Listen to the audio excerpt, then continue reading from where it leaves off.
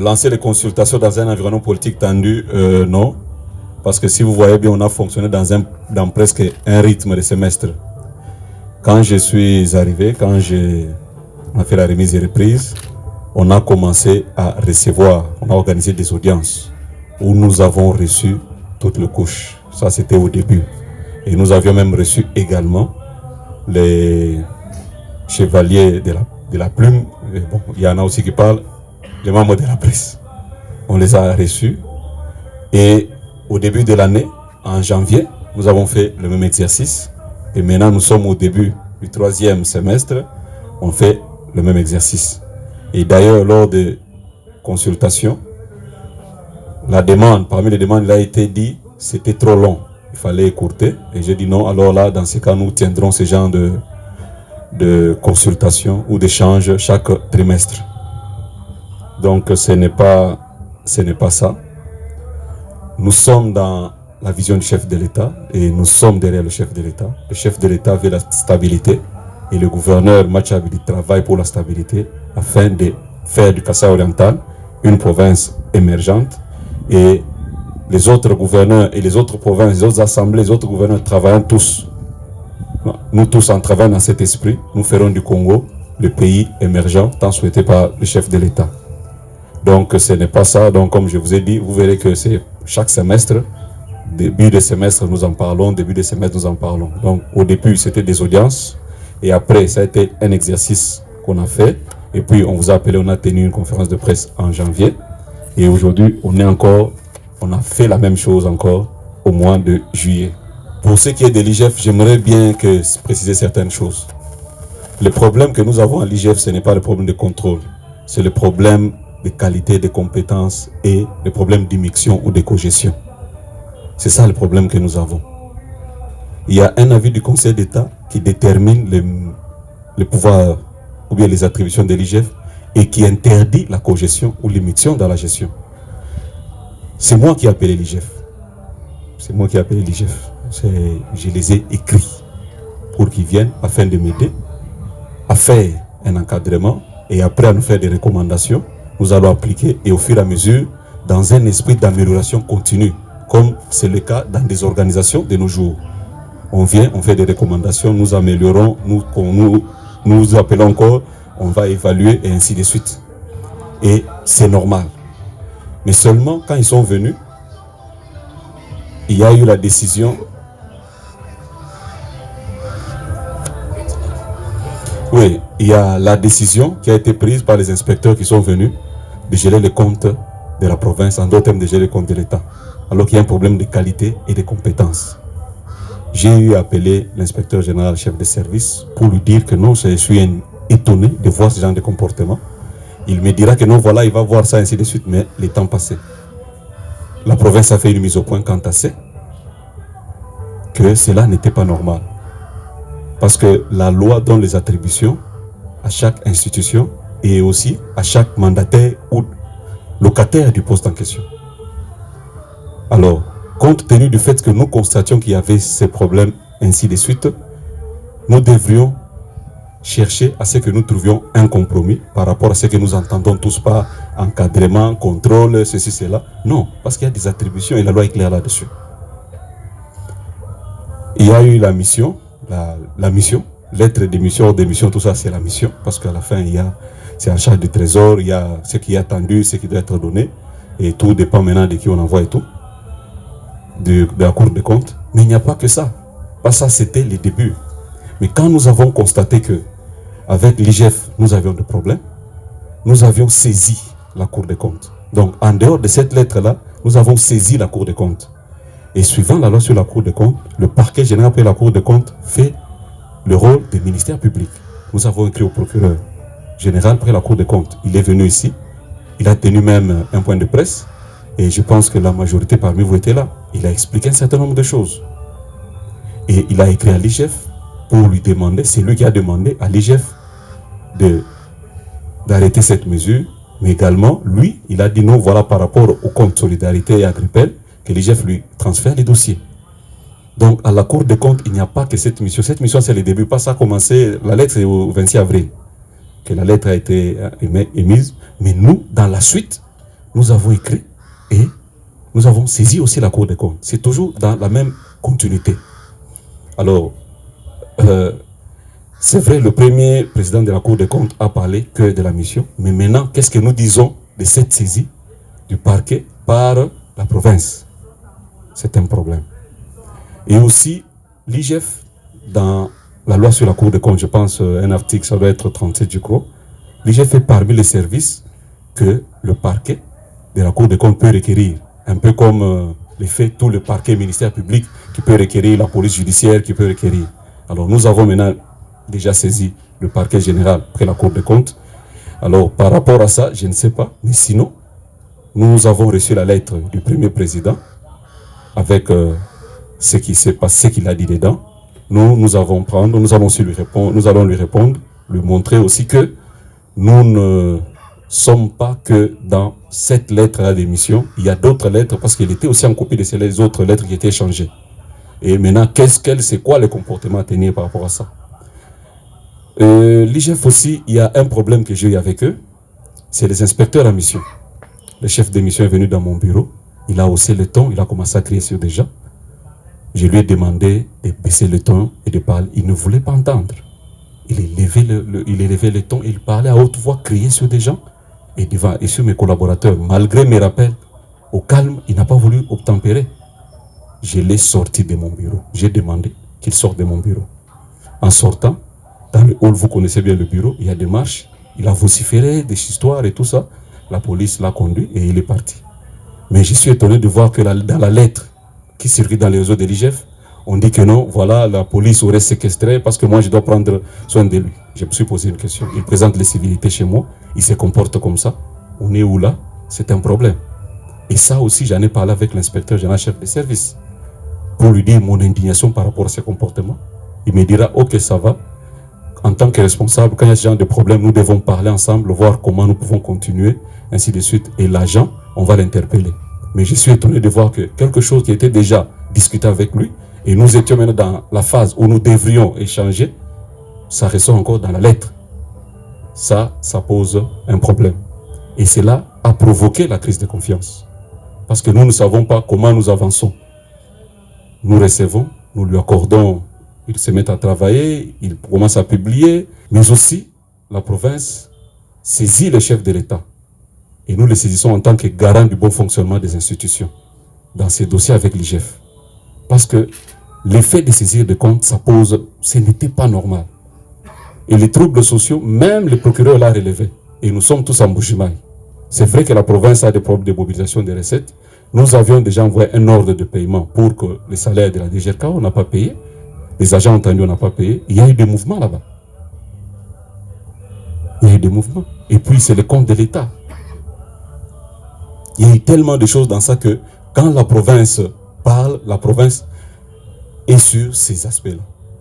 Il y a la cogestion, c'est-à-dire éviter l'immixtion, mais il y a également le problème de qualité et de compétences. Ça nous a beaucoup dérangé. Et je suis sûr que vous, dans cette province, vous saviez ce que cela a entraîné.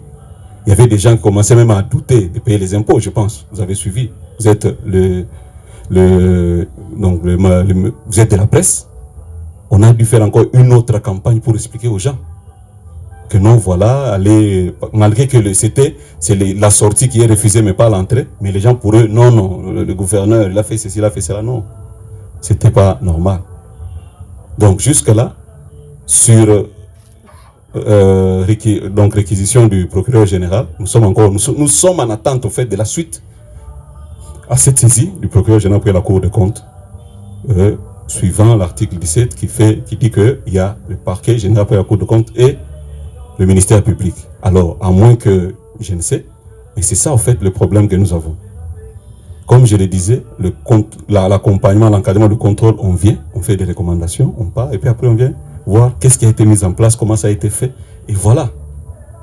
C'est vraiment quelque chose qui nous a beaucoup dérangé, et ce n'est pas intéressant. Donc la province s'est dit qu'elle va saisir le chef de l'État pour un arbitrage par rapport à ces dossiers qui commencent à nous poser des problèmes, qui n'aident pas à garder une bonne image que nous voulons imprimer pour cette province. C'est-à-dire nous sommes en train de travailler pour changer l'image de la province.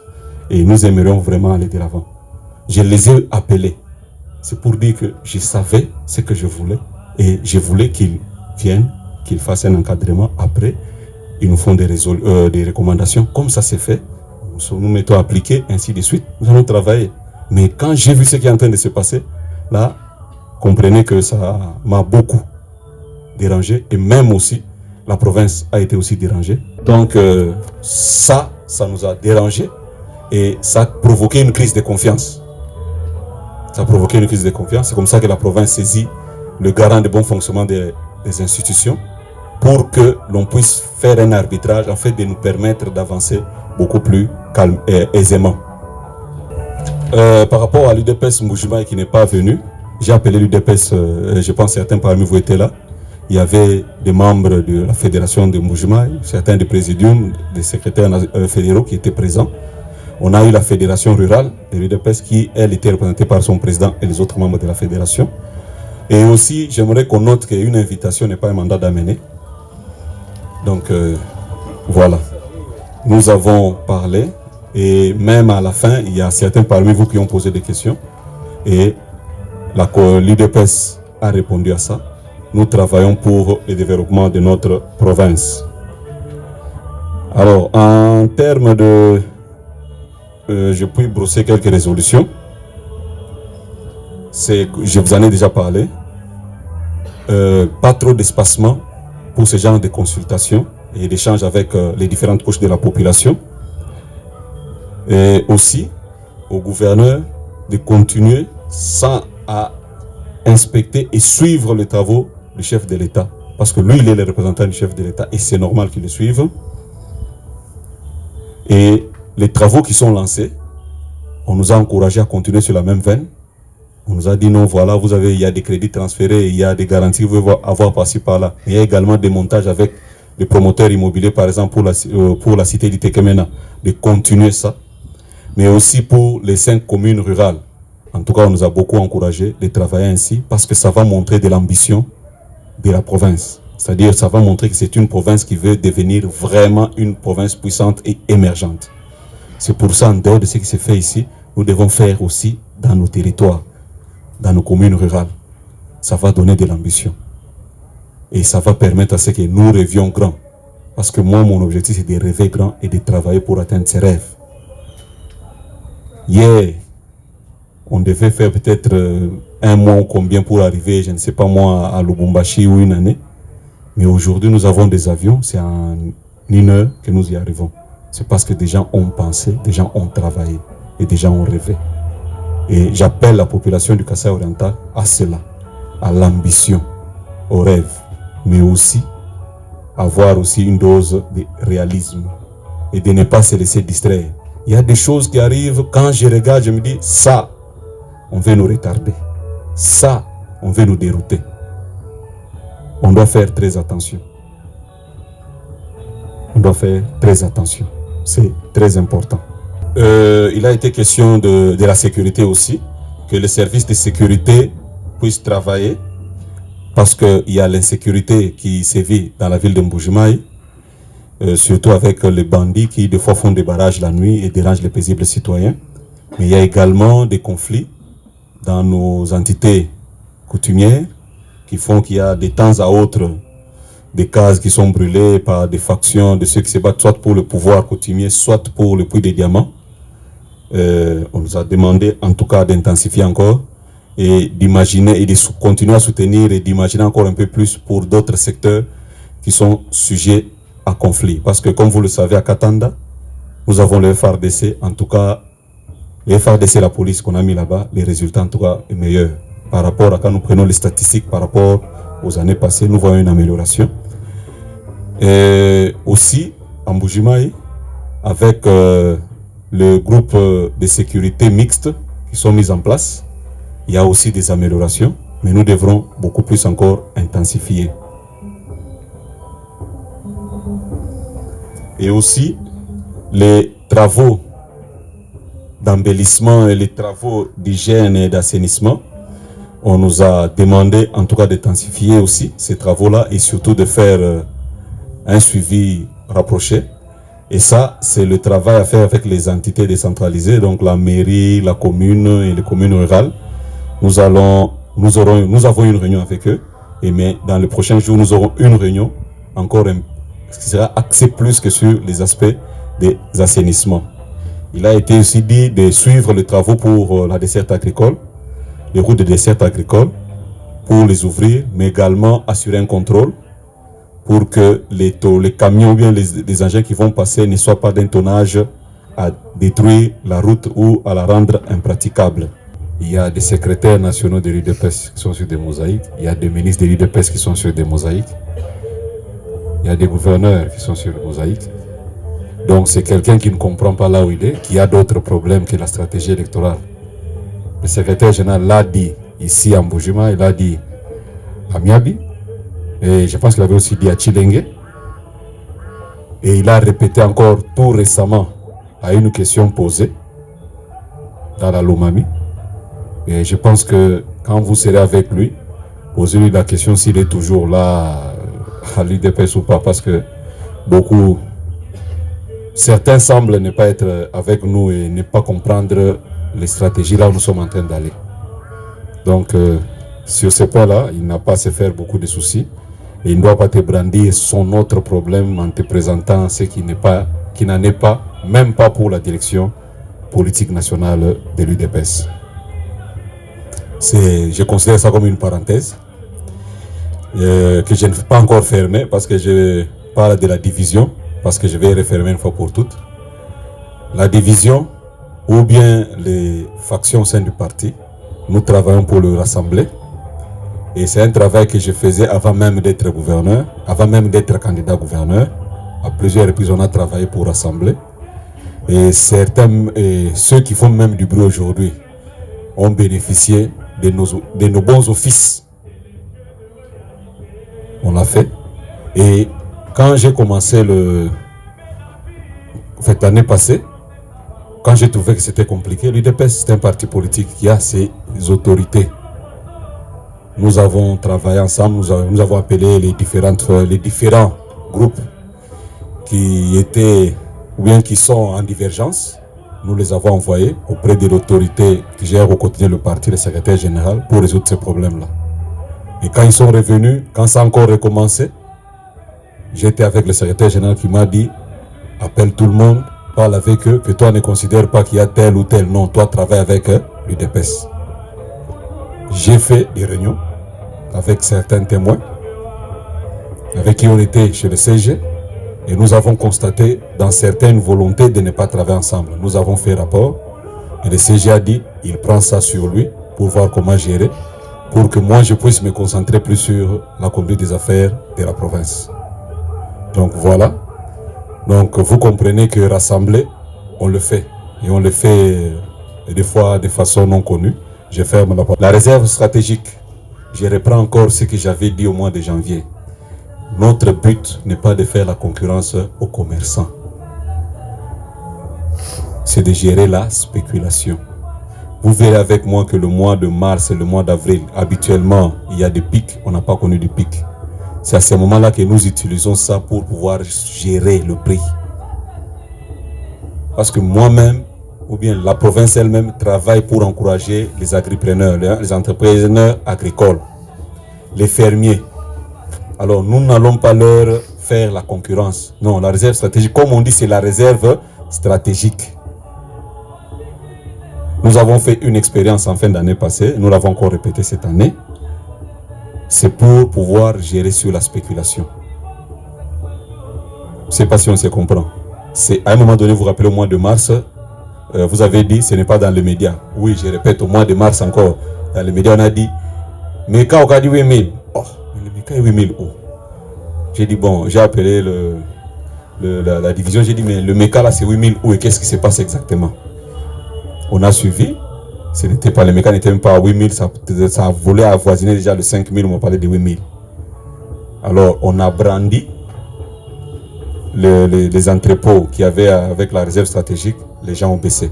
Mais entre-temps, quand on disait le Meka et 8000 et tout ça, alors que Non, le à Chilling est déjà en grande quantité, vous en avez à 2000 et tout ça. Et à Maréchal, on avait à 2500, 3000. Donc vous voyez, l'information n'était pas. Alors quand j'ai appris ça, c'était le problème. Mais maintenant, c'est le taux d'échange, ce n'est pas un problème de rareté. La réserve stratégique travaille quand il y a le problème de rareté ou de spéculation. Mais maintenant, on a un problème de taux d'échange. Ça veut dire que la devise ayant le franc congolais s'étant déprécié, il y a plusieurs paramètres qui entrent en ligne de compte pour la formation du prix. Donc c'est ça en fait le problème. Donc quand vous parlez, quand vous expliquez aux auditeurs ou aux téléspectateurs, la réserve stratégique, c'est pas à faire la concurrence d'abord, mais c'est à nous permettre de gérer le prix. Mais sinon, cette année, nous allons encore augmenter la surface cultivée, mais également la production. Et avec le programme du gouvernement central, parce qu'on m'a dit qu'il y a déjà des engins sur Lubumbashi pour les provinces du Grand Katanga et du Grand Kasaï, on espère qu'on aura un peu plus d'engins et que nous pouvons faire encore des surfaces beaucoup plus grandes. Et déjà lors de la saison B, on a aussi ajouté le soja. D'après le rapport des ingénieurs, agronomes et moniteurs et tout ça, ça a bien donné. Donc nous devrions encore augmenter, nous aurions augmenté aussi les hectares pour le soja. Et nous espérons donner encore un bon résultat.